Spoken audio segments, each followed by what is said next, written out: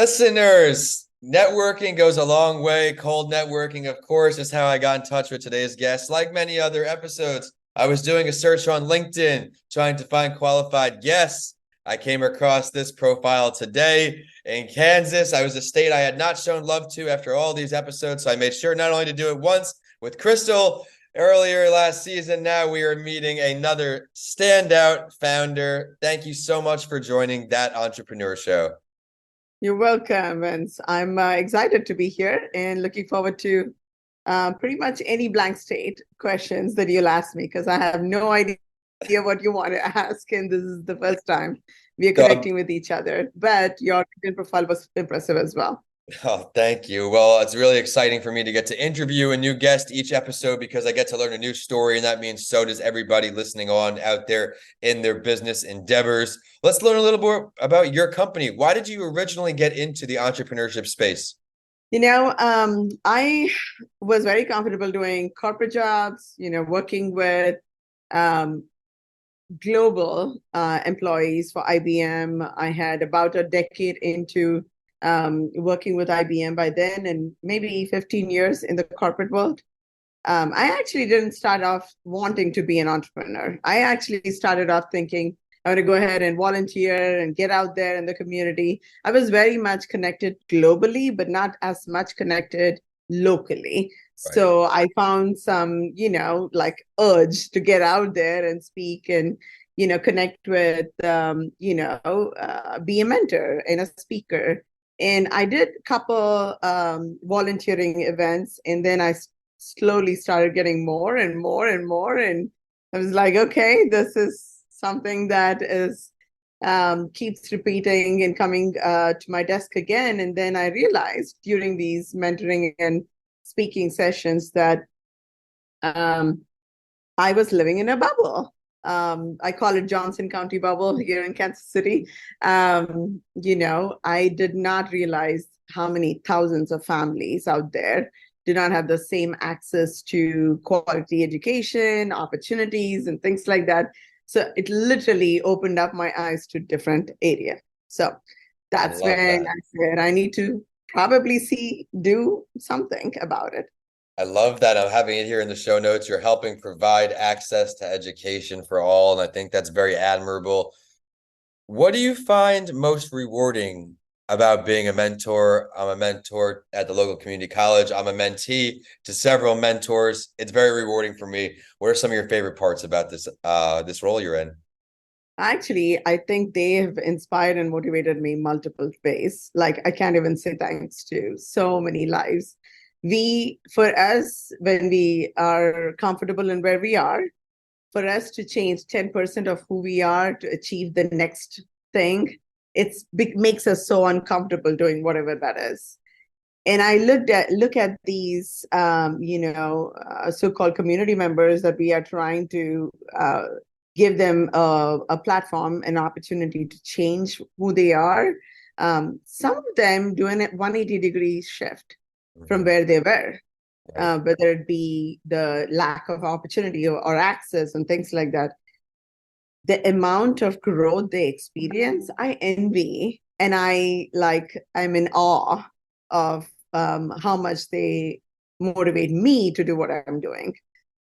So it's both ways. It's not just us Love giving that. out or putting a platform, it's them putting the effort and taking advantage of it. So now I want to ask you this. When you have these mentees going through this growth, all of these changes, what are some things people listening on, what should they do when they first start experiencing growth?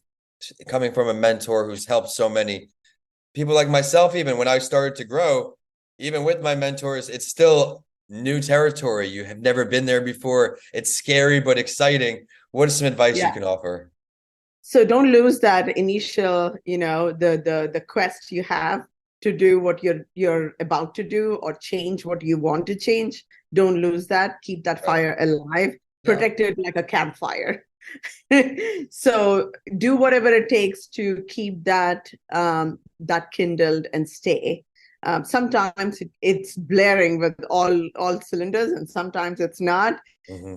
But never let it go off because nobody at the outside can change our lives except for us. And that is where I would advise them, because we all go through our journeys, we all go through our travels and experiences. Mhm. But the only one who's truly motivating and inspiring us is us. Don't lose that. Very well said. And I think that comes with passion. I find myself waking up still over 8, 9 years in the same role, just as excited as the day before, every night going to bed. How many things I have to do in the morning still in entrepreneurship. It just never ends. And now that I'm starting to create a team, things get a little easier, but that just allows me to address bigger problems and scaling financially, scaling in more ways, and continuing, of course, to grow this show. In the beginning, just no goals, just do a season, see where it goes. Now, 20 seasons in, I realized, wow, there are still a few states I have not had the chance to shed light on. There's great work being done all around the country, and I'm glad we're able to stop here in Kansas. She works in Kansas City, so she's in that area. If you were listening on in that area and you were excited about what you hear so far today, Neelima, where can we find you online and your website? We'll visit it again later on, but where can we find you online? Sure. Our website is snapit.solutions. That's it. No .com, no nothing. But snapit.solutions, that's where you can find a lot more information about what we do and who we are.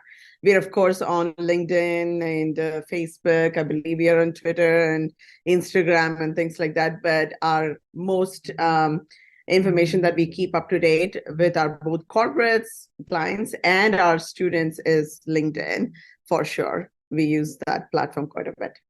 And that's where she and I came to be connected, was indeed on LinkedIn. Again, everyone out there, I mean, I always feel like I could do more, like many entrepreneurs, we could always do more, but taking some time, intentional time to network on LinkedIn every week is a great resource. You never know just when someone that you connect with will need you for their service. You may need them for your service, and you're able to make some magic happen. We've discussed a lot today. We've talked about your business, why you got involved, even some tips for new growers out there when they finally get to that stage where they're scaling. I'd love to now ask you a question that I've asked almost every guest that's ever been on the show.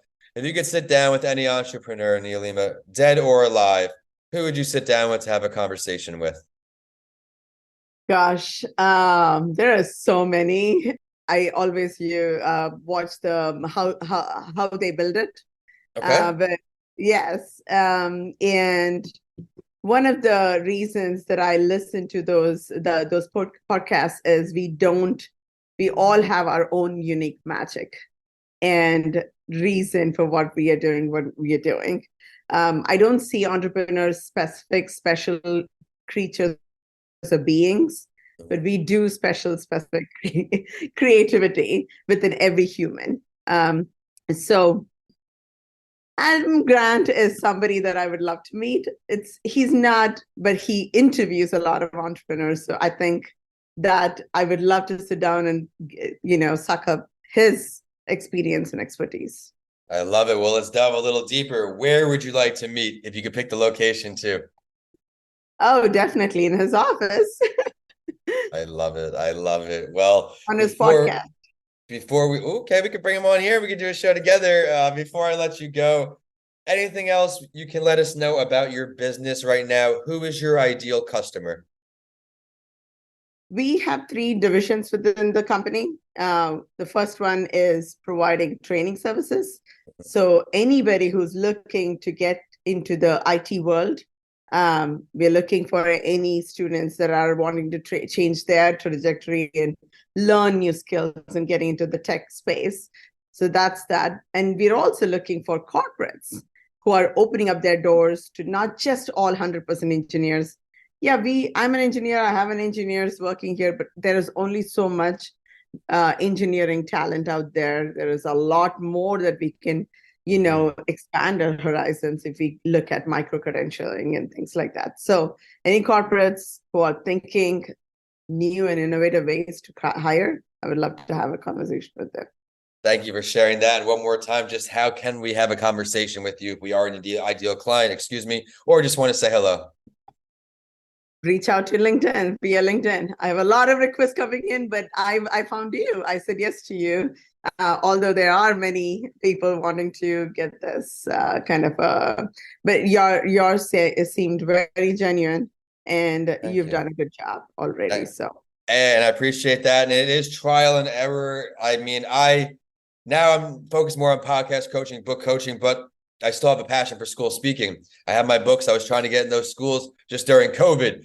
Relentless in my networking. I must have sent 1,700 emails during COVID, or some principals, superintendents, but half of them didn't even check the inbox. They had so much going on and they had no budgets. So I had to pivot, and learning to cold network, you find ways to really get that email out there. Even sometimes I find myself too wordy in different areas. Like for this show, people who apply to be on the show, I have a guesting packet that you see all the podcast options, how much it costs to be a guest, how much it costs to be a partner. But I realized my intro still was a little wordy. So even now, things you think are good, you have to go back and revisit, always update, always improve, because you never know, you might get in touch with a superstar like I had the opportunity to today. And with that, we're signing off. We're at That Entrepreneur Show on all social media. I am at Vincent A. Lancy. Be sure to give us a follow to stay current with the next episodes.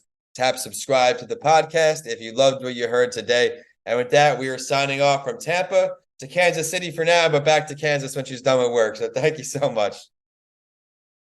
thank you.